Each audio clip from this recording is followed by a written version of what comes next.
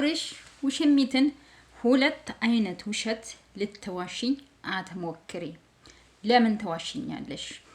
አንዴ ጸበል ቦታ ይዤ ልሄድ ነበር ትይኛለሽ። አንዴ ልንዝናና ይዤ ከሀገር ወጥቻለሁ ትይኛለሽ። ለምን መዋሸቱ ለምን አስፈለገ? እኔ ልዝናና አልሄድኩም፣ አልተዝናናሁም። ያረፍሽው አንቺ ነሽ፣ የተዝናናሽው አንቺ ነሽ። እኔ አንድ በድን ሰው ነው ይዘሽ ሄድሽው ብሎ እረፍ አለ። ቤተሰብ ሰላም ሰላም፣ እንዴት ናችሁ? ሰላም ናችሁ? ከያላችሁበት ሰላማችሁ ይብዛልኝ እያልኩኝ በአዲስ ቪዲዮ ከች ብዬላችኋለሁ። ቤቱን ደግሞ ላይክ አድርጉኝ እስኪ። በተለይ የሩታዬ ፋሚሊዎች 100 ላይክ እንኳን አታረጉኝም። 100 ላይክ ለዚህ ቪዲዮ 100 ላይክ አርጉ። እንግዲህ ከደቂቃዎች በፊት ዳኒ ቤት ቪዲዮ ተለቋል፣ አይታችሁታል ብዬ አስባለሁ።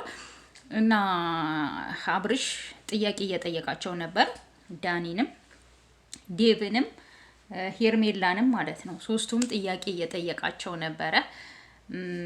ግን እንደ ዴቭ እና ዳኒ አስመሳይ ሰው የለም ማለት ነው። እኔ ዴቭ ቢያንስ ጥሩ ሰው ነው ብዬ ነበረ ማስበው ማለት ነው። ይሄን አክል ሩታን አጠልሽቶ ሄርሜላን በቃ ለአንተ ጤንነት ስታስብ አንተ ላይ ምንም ታደርጋለች፣ ካየሁት ነገር አንጻር ምንም ታደርጋለች ብዬ አላስብም። ብቻ ወዘተ እያለ ነበረ ዴቭ ማለት ነው። እና ዳኒም ልክ ዳኒ እንደዛ ከሩታ ጋር እንዳላሽቀበጠ ቤተሰብ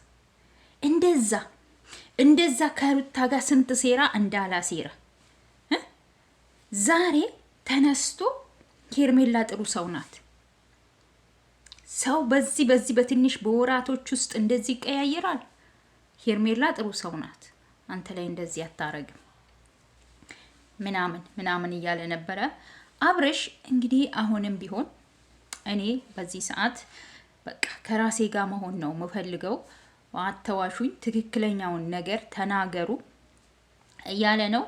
ያው ከማንም ጋር መሆን አልፈልግም። ሄርሜላም እንግዲህ ሻይ ቡና እንዋል ምናምን እያለችው ነበረ። ሻይ ቡና እያለን የፈለከውን ነገር ጥያቄ መጠየቅ ትችላለህ፣ ማውራት የምትፈልገውን ነገር ማውራት እንችላለን ምናምን እያለችው ነበረ። መቼስ እሷ ማማለሉ ልምዶ አለን። ሻይ ቡና ብላ ይዛው ሄደ። በዛው ጥቅልል አድርጋ ለማስገባት እኮ ነው። ቤተሰብ አትመኗት። ውሽሚት ስራዋ ይሄ ነው። ከድሮም ስትወርድ ስትመጣ ጀምረን ያየናት ነገር እኮ ነው። አዎ ያየናት ነገር ነው። አታላ ልጁን አታላ አባብላ መሰለኝ በእጁ ያስገባችው እንጂ አብርሽ እንደዚህ አልነበረም። ከሩታ ጋር ቢጣላ ራሱ የሩታ ፍቅር ውስጡ ላይ ግዝግዝ ብሎ ቁጭ እንዳለ ነበረ። ሆነ ፍቅሩ አለ፣ የሩታ ፍቅር ግን በግድ ያባበለችው ሄርሜላ ናት። ወደ ፍቅር ወደ እሷ እንዲሳብ ያደረገችው። አሁንንም ያንን ለማድረግ ፈርታ ምናልባት ወደ ሩታ ይሄድብኛል ብላ ፈርታ ሻይ ቡና እንበል በዛው እናወራለን።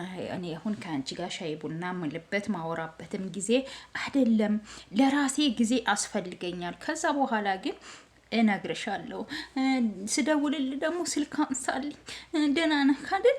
ስደውል አቤት የውሽሞች ስታይል ለካ እንደዚህ ነው እንዴ ፋሚሊ? የውሽሞች ስታይል እንደዚህ ነው። እና አብርሽ ግን አልተቀበለም።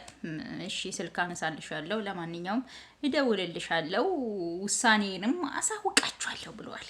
እንግዲህ በዚህ ውሳኔ ሁላችንም ግብ ብለን እንግዲህ በጭንቀት ላይ እንገኛለን። በተለይ የኛ የመዳም ቅመሞች ማለት ነው ቤተሰብ፣ በተለይ የኛ የመዳም ቅመሞች እንግዲህ አብርሽ ማንን ይመርጣል የሚለውን እንግዲህ ቀን በቀን እንዲህ አይናችን አፍጥጠን እየጠበቅን ነው ቪዲዮ ማለት ነው።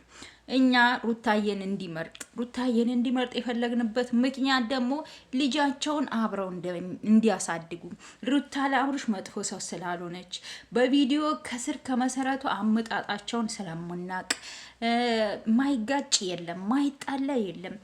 ትዳር ላይ መለያየት ብዙ ቤት ይፈጠራል። መለያየት ቢኖር መልሶ መታረቅ አለ።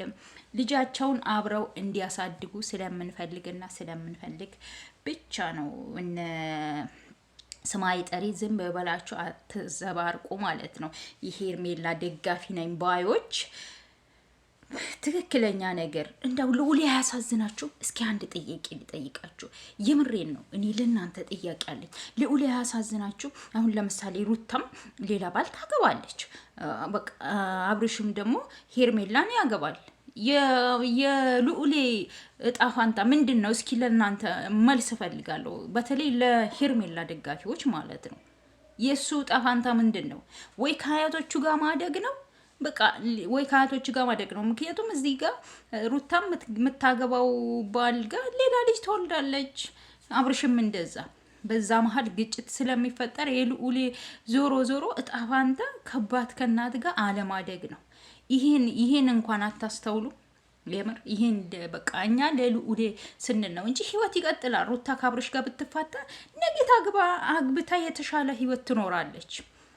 ህይወት ስለምትቀጥል ማለት ነው። ግን ልዑሌ ነው የሚያሳዝነው። መሀል ላይ የልዑሌ ነገር ነው እናንተ ልትገነዘቡና ልታስቡት ያልቻላችሁት ማለት ነው። ለማንኛውም ለዛሬ ይህን ያክል ከፈተፈትኩ ይበቃኛ። በቀጣይ ቪዲዮ እስከምንገናኝ እወዳችኋለሁ። ቤቱን ግን ላይክ፣ ሼር፣ ኮመንት ማድረጋችሁን እንዳትረሱ እያልኩኝ ቻው።